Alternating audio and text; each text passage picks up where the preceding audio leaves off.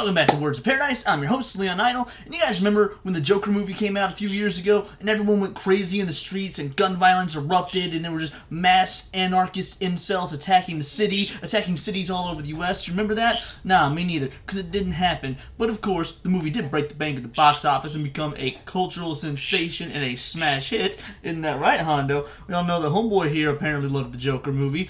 But yeah, now of course they're making Joker 2 with Lady Gaga as Harley Quinn, and I think, there might be some merit here. It might be pretty cool. But not everyone thinks so. In fact, some people are already just loathing the movie, including this beautiful article from the Mary Sue, of all people. What, the Mary Sue not liking a movie about a toxic white male? What a shock. Let's check out the article. Joker 2 Harley Quinn first look makes me worry it'll be a setback for her. Yes, because the one screenshot that we've gotten on Twitter of her and the Joker together is enough to let us know it's going to be a step back for the character that's been around for, 30 years. Joker is a movie that many, especially those who read this site, like to remind me is a movie I don't particularly like. I have my reasoning. I stand by being afraid of the reaction people were having to this. Oh no! A movie about a bad guy comes out and is, pretty popular, and you're afraid of it. There's been plenty of movies about bad guys, right? Like, just off the top of my head, we got Taxi Driver, pretty much any Hannibal movie, The Usual Suspects, literally another DC movie called Suicide Squad about a whole bunch of... But no, it's because this one's the Joker, and he's a straight white guy, presumably straight. You should be afraid of this movie. And I still think it's a frustrating conversation about serious superhero movies being upheld over others because it's just a cycle of the never-ending conversation on whether or not superhero stories have merit. Good stories in general have merit, superhero or not. There's some garbage superhero movies, and there's some great ones. There's some garbage non-superhero movies, and there's some great ones. Let me tell you, Spider-Man, in any of the good Spider-Man movies, have merit because it's a story about responsibility. There's a message there that's good enough for anyone. Doesn't matter if it's a superhero or not, the message is good. However, you got other superhero movies, kind of like Morbius, which doesn't exactly have an over-encompassing good message that you can relate to no matter who you are. It's just kind of a crap movie with crap writing and crap messaging. Conversely, there's some incredible non-superhero works of art that have great storytelling and great messages, like Extraordinary Measures, a film where Brendan Fraser plays a loving father going as far as he can to extraordinary measures for medical sciences and what they can do for his children dying of a disease. I personally love the film. There's other movies in the crying genre, as I like to call them, that try and go out of their way to be deep and meaningful that in my opinion fall completely flat and aren't worthy of the praise they get, such as The Notebook. The idea of this never-ending conversation on whether or not superhero stories have merit, to me, you're making this up because there's always a conversation about what stories have merit. We don't need the prerequisite superhero in front of it. Stories have been around since the dawn of the ages. What are the Greek myths if not stories with merit? And what are they really if not the original versions of superhero stories? You tell me that, Mary Sue. My nitpicking over Joker is something that I'll never stop, and I don't think I'm going to go back to. Wait, I will never stop, and I don't think I'm going to go back to it. Well, if you don't go back to it, then wouldn't that mean you stopped? Do you even write, bro? But while I was not the biggest fan of Joker, its sequel definitely has my attention. Joker, Folie à Deux, is bringing Lady Gaga in as Harley Quinn, and the first look image of the film has Harley and Joker face-to-face with each other. Oh no.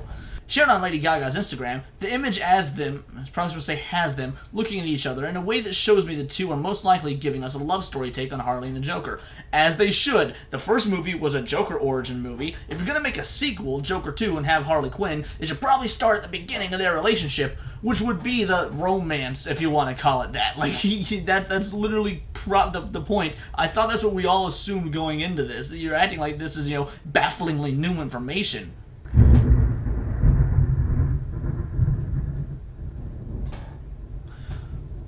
I'm probably going to have to do a lot of edits to this video if you guys just heard that thunderclap. I mean, it's storming pretty hard here. Look, their relationship has to start somewhere, and while we've fallen into the post-Joker life of Harley recently, it isn't surprising that the movie is maybe starting with their love for each other. But I don't want it to detract from the Harley content we've been getting in other properties, because that's, to me, when this character shines. Like, okay, that's what it is to you. You don't want... where's your idea that this is going to detract from that? Like, oh no, a Joker movie is going to come out and all of a sudden all the stuff that you liked about Harley Quinn is gone away, it's detracted from it, it's destroyed your childhood?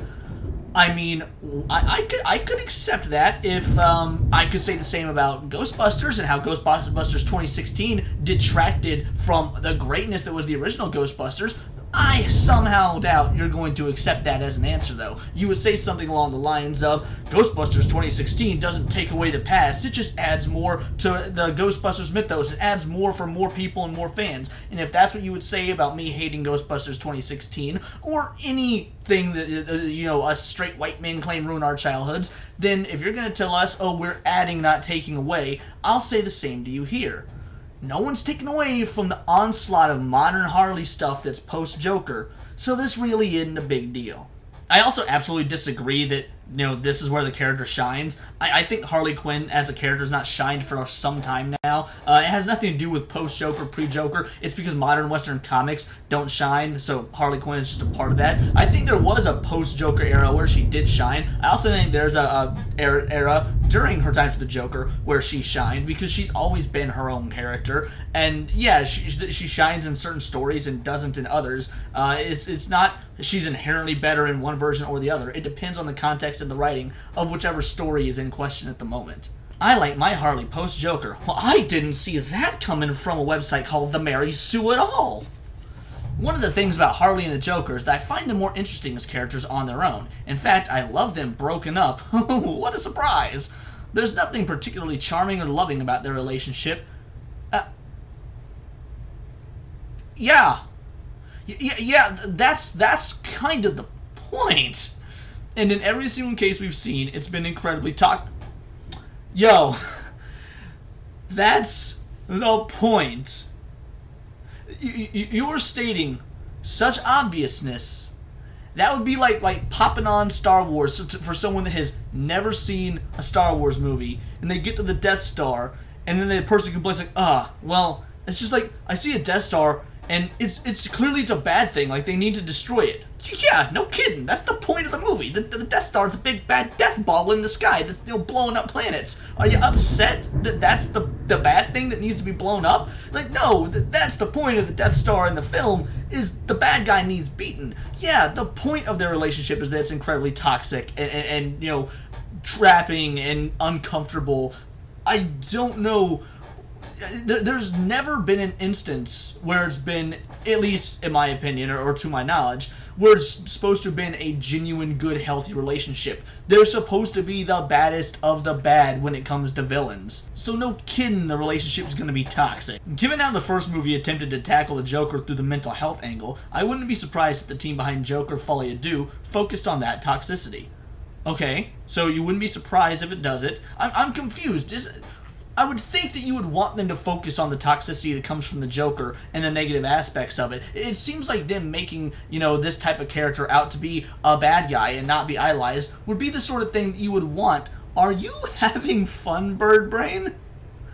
I know, you're getting annoyed at this writer's lack of talent, skill, or basically any sort of cohesive thought, but you don't need to take it out on my fingies. I just don't want it to come down to a toxic relationship that leads to the Joker being who continues on while Harley is left in the dust. Well, sorry, it's a Joker movie. The focus of the movie is the Joker. I'm sure Harley will be a very important aspect. I mean, you got Lady Gaga playing her. It's a pretty big deal. But I don't know why you don't want it to come down to that. It's a Joker movie. It's that simple. You had your Harley Quinn movie. In fact, you had a couple of them. Let's be honest. Suicide Squad, the original, is pretty much a Harley Quinn and Will Smith Deadshot movie. Then you have Birds of Prey. You got a couple Harley Quinn movies. Lesser folks have a Joker movie. Something I love about both Birds of Prey, see, you mentioned it right there, and the Harley Quinn show on HBO Max is that they give Harley the freedom to make her own decisions and find love away from the Joker. Right, and that's what that movie and that show does. What's the problem with this movie doing something different? His toxicity to her is what drives her freedom and her own expression in chaos. Alright, and? So far I'm not seeing your point as to why this movie's a bad idea or why this shouldn't be done or whatever. I'm afraid that the movie might set that back or not give Harley the freedom that she should have, and I would love to see this continued use of Gaga in the role and this more serious take on the villains of Gotham. Okay, no. You clearly don't understand the point of these films. Or I assume what the point will be the second one. We only know about the first. This isn't about freedom. This is an origin story. The first Joker is an origin story. The second one, I presume, we all assume, will be an origin for Harley Quinn and a continuation for the Joker. She shouldn't need that freedom yet. She shouldn't get that freedom. That freedom is earned. That freedom is earned through everything that Harley has to go through to eventually get to that. So no, you don't just get to start with Harley being an all-powerful, freedom-loving, awesome person. She has to go through the trials and tribulations to earn that respect from the fans, to earn that freedom of her own character. You don't just get to have everything handed to you. There's got to be effort and work put in. If they do give Harley that freedom right out the gate, it's going to make for a terrible movie, because what's the point in rooting for a character that's already got it all figured out? Where's the development? I stand by my statement that we don't need more Joker content, because I think the character as a whole is overused at this point. I could say the same about Harley Quinn. We just got a Harley Quinn movie, like you said, Birds of Prey. She has her own show. There was recently a Batman animated movie, Batman and Harley Quinn, where she bones Robin and everything like that. You can't say that the Joker is overused and that Harley Quinn isn't. I would actually be willing to bet. And mind you, I'm not a massive Batman fan, like at all. There's other comic book characters and stories I like way more, so I don't really care about the Joker. I don't care about Harley Quinn. I don't care about Batman, things like that. But I would definitely make the argument that there's been so much more Harley Quinn content lately than there has been Joker content. So if you're going to say that the Joker's overused, you gotta say that Harley Quinn has been as well. Otherwise, this is clearly your own political and, let's be honest, gender-based bias getting in your way. And there are plenty of Batman villains who we could spend time with. Oh yes, because everyone's going to line up out the gate at the theater for a Clayface movie. Clayface, the cultural icon Clayface. No, Joker, at the end of whether you like it or not, Joker is a very iconic character. He has transcended just being a Batman villain, and he is a symbol. Just like Batman himself is a symbol, like Superman is a symbol, like Spider-Man is a symbol, like how the MCU effectively turns C-list Avenger characters into symbols. So you might not like the fact that that's the case, but it is. And this is still a movie, and movies are still business, and the business interest is to make money. And the first Joker movie made a lot of money. But since we are continuing with this story, I just hope they do right by Harley, given all the good content we've been getting for the character. But what is doing right by Harley? Tell me what doing right by Harley is, because this is a take on the character, one that you're not familiar with yet, but even if it is her being abused and victimized and having to eventually come into her own as the Harley that you love now, we still need to see her get to that point. And this is still a movie that more or less is for normies. The Joker broke a gajillion freaking dollars. You don't get that by just catering to the comic book nerds, okay? People liked the Joker because lots of people went to see it and they found it to be a very good and interesting story. They just happened to throw the DC sort of name to it. This movie could have been done, in fact it had been done before, it was called The Comedian, back in the 70s, without the comic book aspect, and the story would have been just as relatable. They slap a comic book character on it, cover it with a new coat of paint, and make it a familiar face, and all of a sudden it makes a gajillion dollars at the theater. They're going to effectively do the same thing with the sequel, adding an incredibly talented Lady Gaga as Harley Quinn, and show us the early years of Harley. And you know what? That's a good thing. You don't get to see the cool modern Harley that you like, that frankly I find quite annoying, without giving us the origin of the Harley that frankly, yeah, is an abuse victim, but also is a bad guy. Harley Quinn is a bad guy. She was always a bad guy. And you can't say, oh, it was all the Joker's fault. No. She was a bad guy. She did some bad things, and you can't blame her actions on, manipulation by the Joker or whatever. That being said, let's read some comments and see if anyone else agrees with me or if I'm the idiot here. Can't wait for people to try and start a moral panic over this movie just like in 2019. Yep. Sounds like this is going to be a bad romance. Hey-o! Oh, good job, King of Doma. Overused, the Joker has been in 3 movies in the last 15 years, but hey, if you got a hate in your heart, let it out. Okay, well, Batman has 37 villains, so... Wait, is that the actual writer? That's the actual writer that, oh my goodness, responded to this dude. First of all, I'm sure Batman has more than 37 villains, but again, obligatory we live in a society comment. Now that that's out of my system, I'm curious how they're going to portray both Harley and Harley and the Joker as a couple. Since the New 52, DC has been overly sanitizing Harley to the point where she can't even really be called a villain in a weird way to grant her agency from the Joker. That is absolutely true. Harley Quinn, like I literally just said, was a straight up villain. Whether you like it or not, that's literally what she was. And I think getting away from those roots is a negative, is a net negative for the character. More or less hand-waved all the horrible crimes she's committed in the past and said the crimes never happened via retcons or Joker forced her to do it, which I feel are both lazy options narratively. Harley is her own person, yes. She was definitely victimized by the Joker, but that's cold comfort for her victims, which include children unless they decide to retcon that, so Harley is more good. Yep. Couldn't argue. This guy's pretty base. Let's keep going. Some takes continuities imply she's even more unhinged and more dangerous than Joker, and some have outright removed any sort of evil or villainy to the character so that she's mischievous at the worst. Like Loki, she's a character who's reached mainstream popularity outside the comics, and I feel it's forced people to tone down some of the worst things these characters have done so fans don't feel squicky standing them.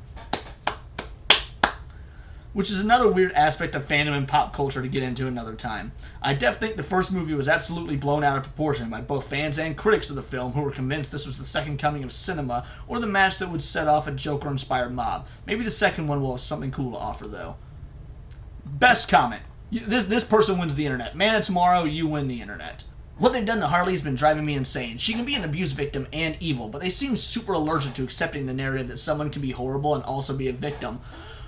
Another based comment. Ooh, I never thought I'd read a comment section of the Mary Sue and just find all these individuals big-brained people. Excellent work, comment section. It's bizarre because the writers want to have Harley have an agency for herself, namely in keeping the whole persona that was developed and cultivated as Joker's hench girl, but also don't want her held responsible for the countless horrific crimes she's been a literal accomplice to and blaming all that on the Joker. She's not exclusive in that she's a DC character fans and writers alike have glossed over their terrible behavior because we stan, but she's absolutely benefited the most in terms of popularity because of it. Man of Tomorrow coming in clutch again. I still find it dumb that they tried to make her into DC's Deadpool when they already have Lobo for that. And Ambush Bug. Has it actually been confirmed that Gaga is playing Harley and not someone else? I still think she'd make a better punchline on it, personally. I think it has been confirmed, but I could be wrong. If you didn't like Joker, I see no reason to think you'll like the sequel. They've got no impetus to change what worked. Yeah, exactly. I adored it, not because I'm a toxic dude bro who found inspiration in it, but because I loved that it was a love letter to dour, bleak 70s films like Taxi Driver disguised as a comic book movie. Once again, what I said earlier, V. Bartolucci, you're also based. You got my respect. And I hope the sequel does the same thing again and pay tribute to 70s romance movies where everyone ends up alone and worse off than when it started. I want Looking for Mr. Goodbar. Yeah, I mean, that's actually a really, really interesting idea. The first film was a take on the bleak, lone hero sort of movies that we got in the 70s, so this one could be paying homage in the same way. Like, I never considered that. I think that's a great comment. I like where his head's at. With that being said, here's what I think overall. The movie's gonna be fine. It's not gonna be anything amazing, not anything spectacular, but it's gonna be fine. Lady Gaga's a great actress, and she's got a great voice. I mean, did you guys ever see A Star Is Born? Lady Gaga, she got talent. Love her or hate her, she's got talent. I actually think this will probably be better than the first one because I think they've proven themselves with the first one. They can get a little bit more crazy. They can maybe be a bit more experimental. That might not end with something good, but at the end of the day, it's something I'm very excited for and I can't wait to see. But this article was baffling to me. Every single, pretty much paragraph or sentence, I could contradict her line of thinking with something she's accused people on, let's say, the other side of the aisle for thinking. Like I said, like about the Ghostbusters 2016 stuff and whatnot. It's quite insane to me that because we've gotten this new modern version of any character, not just Harley, but any character, people are so terrified of looking back at older versions when, if not for those older versions, we wouldn't even have the modern version. This article is straight buffoonery. I don't have any other better word for it, but maybe you guys have thoughts, and if you do, I'd love to hear them, so let me know in the comments down below. Also, follow me on Twitter and let me know there, where you can find me at Bolt the Word, and please do subscribe and check out the back catalog, because I cover nerdy news every day, whether it be comics, Magic the Gathering, Star Wars, anime, you name it, it's all here in the nerdosphere, so please subscribe, because this has been Words of Paradise.